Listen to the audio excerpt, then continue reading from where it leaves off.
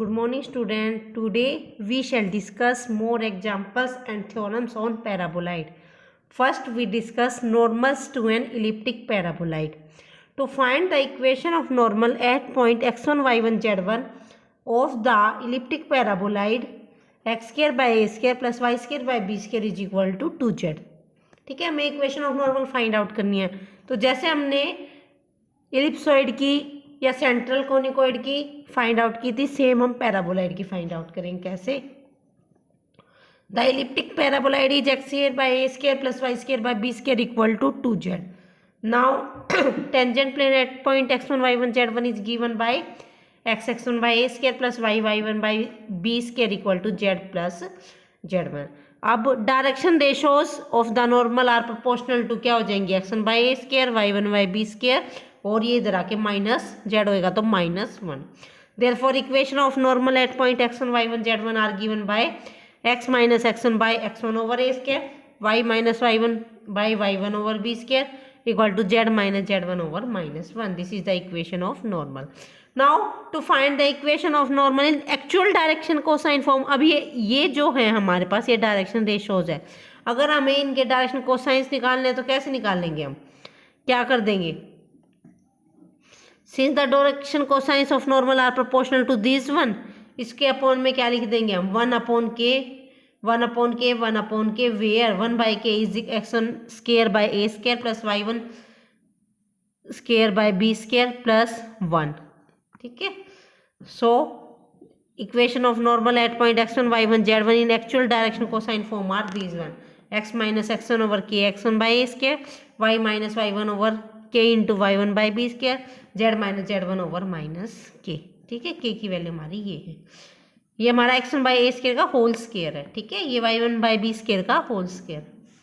Now number of normal. To prove that there are 5 points on an elliptic paraboloid, the normal at which passes through a given point alpha beta gamma.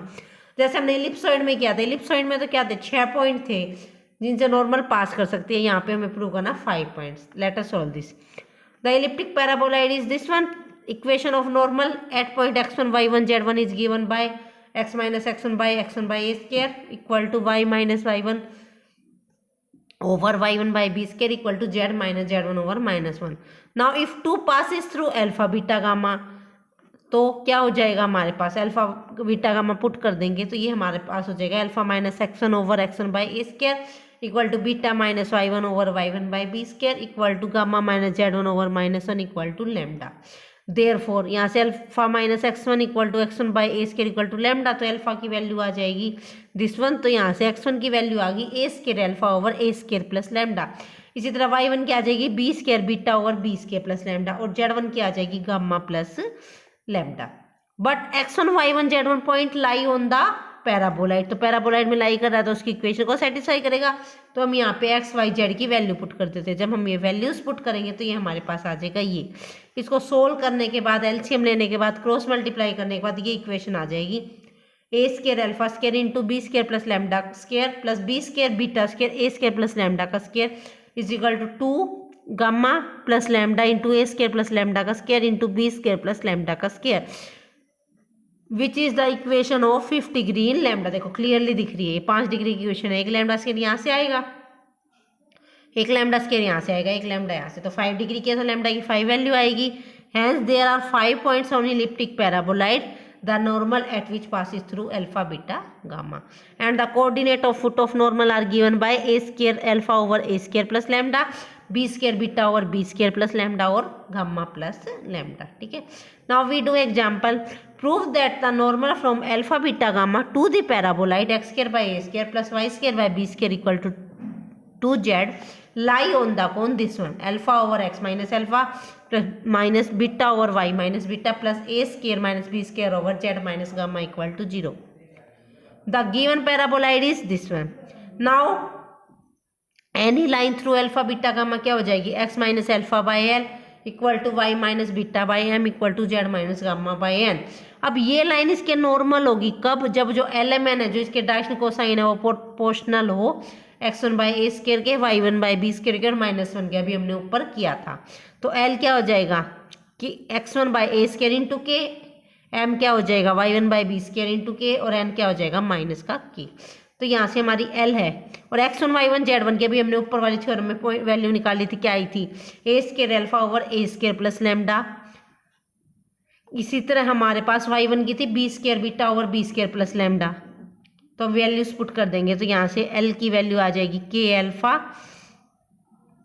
A square से a square क्या a square plus lambda. This implies a square plus lambda equal to k alpha by l. Similarly b square plus lambda हमारे क्या आ जाएगी k beta by m, और n equal to क्या आ जाएगा माइनस के। नाउ 3 और 4, 3 और 4 से हम देखेंगे तो हमारे पास क्या आ जाएगी, दोनों को माइनस कर देते हैं, a square minus b square equal to k alpha minus beta alpha by l minus beta by m. अब के की वैल्यू हमारी माइनस एन, तो a square minus b square equal to minus n alpha by l minus beta by m. Now eliminating l m n from 2 and 6, मतलब l m n की value रख देंगे। L m n की value क्या थी, x minus alpha, M की Y minus beta, N की Z minus gamma. ये वैल्यूज पुट कर देंगे तो ये हमारे पास आ जाएगा ये आने के बाद हमारी ये इक्वेशन बन जाएगी, this is the required equation, this is the equation of cone. ठीक है, now next we discuss about plane section of a paraboloid. The equation of plane of the section of paraboloid whose center is x1 y1 z1 is given by ax x1 plus by y1 minus z equal to ax1 square plus by1 square minus z1। जैसे हमने ellipsoid में last video में किया है, same इसमें निकालना है। अगर प्लेन सेक्शन निकालना है पैराबोलाइड का तो उसका फॉर्मूला क्या है, t इक्वल टू s1। तो now find the equation of plane which cut the paraboloid x square minus 2y square equal to z in a conic with its center at the point 2, 3/2 and 4। तो कैसे निकालना है, the given paraboloid is x square minus 2y square equal to z and required equation of plane is t is equal to s1। तो t equal to s1, इसका tangent plane क्या हो जाएगा, x x1 minus 2y y1 equal to z plus z1 by 2।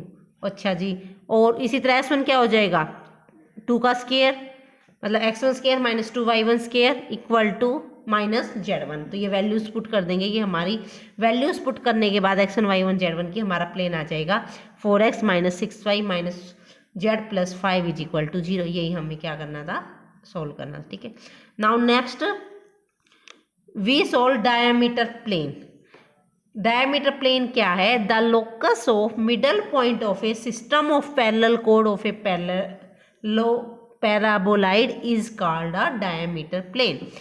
Diameter plane क्या है कि paraboloid के ऊपर हम पैरेलल कोड खींच देते हैं, और पैरेलल कोड के जो मिडल पॉइंट है उनको ज्वाइन करेंगे, तो जो पाथ आएगा, जो लोकस आएगा, वो क्या बनेगा, एक plane, and this plane is called diameter plane.